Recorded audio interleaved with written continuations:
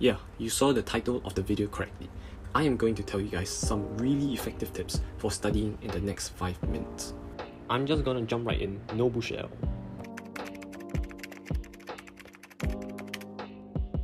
Have you ever felt that when you're studying, you just feel that you don't fully grasp what you're learning or revising, and it's reflected in the questions that you do?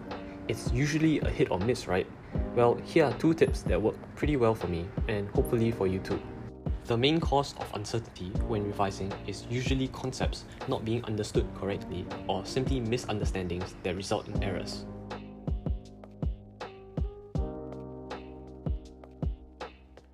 This can be easily solved by doing learners' outcomes. What are learners' outcomes, you may ask? Well, take a look at the syllabus of whatever subject you're struggling in. These are conceptual questions where they clearly list out what the syllabus is testing your understanding of. To fully understand a subject is to be able to complete all the learners' outcomes questions flawlessly. Obviously, it is impossible for anyone to get it on the first try, unless you have superhuman memory. So this is what you should do. First, take a look at the textbooks or notes that you have taken down. I'll use biology as an example. Try to memorize as much content as you can, given a short span of time. Then, close your textbooks and notes, pull out a blank piece of paper, and start doing the learner's outcomes. Don't worry if you are blanked out on a question. Simply move on and finish the learner's outcomes. After you are done, read through your notes and mark your answers, writing down the correct answers next to it, preferably using a red pen. Once finished, you have to internalize these mistakes and do the learner's outcomes again. Rinse and repeat, you will slowly feel yourself understanding the topic more as you spot your conceptual mistakes. Maybe when you start, you will have understood like 5%, but after the first round, 15%, then 25%, then 40%, and so on, until you have few to none mistakes. Why do this, you may ask? Well, this is because the questions that you attempt can only test these concepts, which are based off of the syllabus, and create application questions off of them. So by doing them, you can basically create a foolproof system to stop yourself from getting concepts wrong. It's practically impossible for them to test stuff out of syllabus, so by finishing learner's outcome, it is equivalent to understanding the entire syllabus. Yes, you may be shocked. How am I supposed to finish it all? There's like 10 million questions in there. Don't worry, as long as you remain consistent, it will take some time, but I promise that it will work out in the end.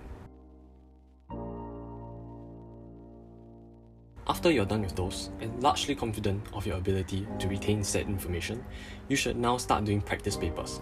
They can be from your school, online, or from tuition. As long as there are questions about the syllabus, do them, especially under time constraints. This is very crucial as you are preparing for timed exams that do not leave much room for thinking slowly. So here's what you do.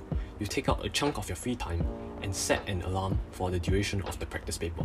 Yes, you may struggle at some parts, leave some blanks, but always remember to finish the paper answering every single question. Afterwards, check your answers and mark the paper. Now, this is important. Figure out the root cause of why you got the question wrong. It could be that you're not familiar with the concept, a careless mistake, a keyword that you missed out. No matter what it is, write it down near the question.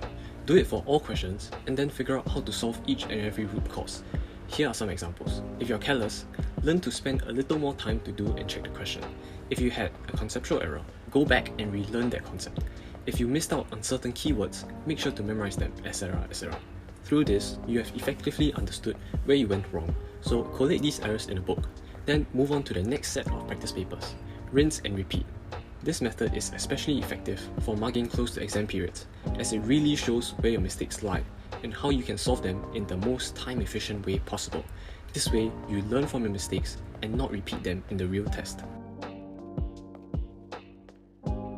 In conclusion, these methods focus entirely on understanding where you went wrong and pinpoints them, allowing you to figure out how to resolve them.